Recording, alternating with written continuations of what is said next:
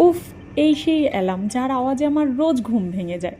তো আজকেও যথারীতি আমার অ্যালার্মের আওয়াজেই ঘুম ভাঙলো। ঘুম ভাঙার পরে উঠে ঘরের সমস্ত কাজবাজ করে চলে গেলাম সোজা স্নান করতে।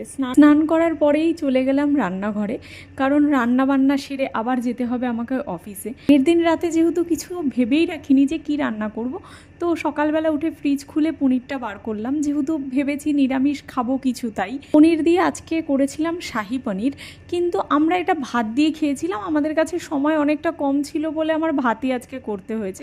আমার খাওয়ার পরে, আমি যখন এটা খাওয়ার পরে আমার মনে হলো না এটা ভাতের থেকে বেশি রুটি বা পরোটা এগুলোর সাথে খেতেই বেশি ভালো লাগে। তো তোমরা যারা যারা এই শাহি পনির ট্রাই করেছো, তোমরা আমাকে প্লিজ একটু জানিও যে তোমরা এটা কিসের সাথে ট্রাই করেছো।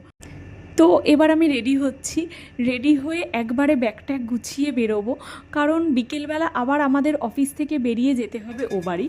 এখন আমি বেরিয়ে একবারে মন্দিরে গেলাম একটু ঠাকুরের দর্শন করতে, কারণ অনেক দিনই মন্দিরে যাওয়া হয় না, মন্দিরে গিয়ে ঠাকুরের দর্শন করা হয় না। বাড়িতে মোটামুটি আমি রোজই কম বেশি ঠাকুর দিই বা ঠাকুরের দর্শন করি, কিন্তু মন্দিরে গিয়ে ঠাকুরের দর্শন করা বা ঠাকুরকে কাছ থেকে ডাকা, সেটার ফিলিংসটাই কিন্তু সম্পূর্ণ আলাদা হয়।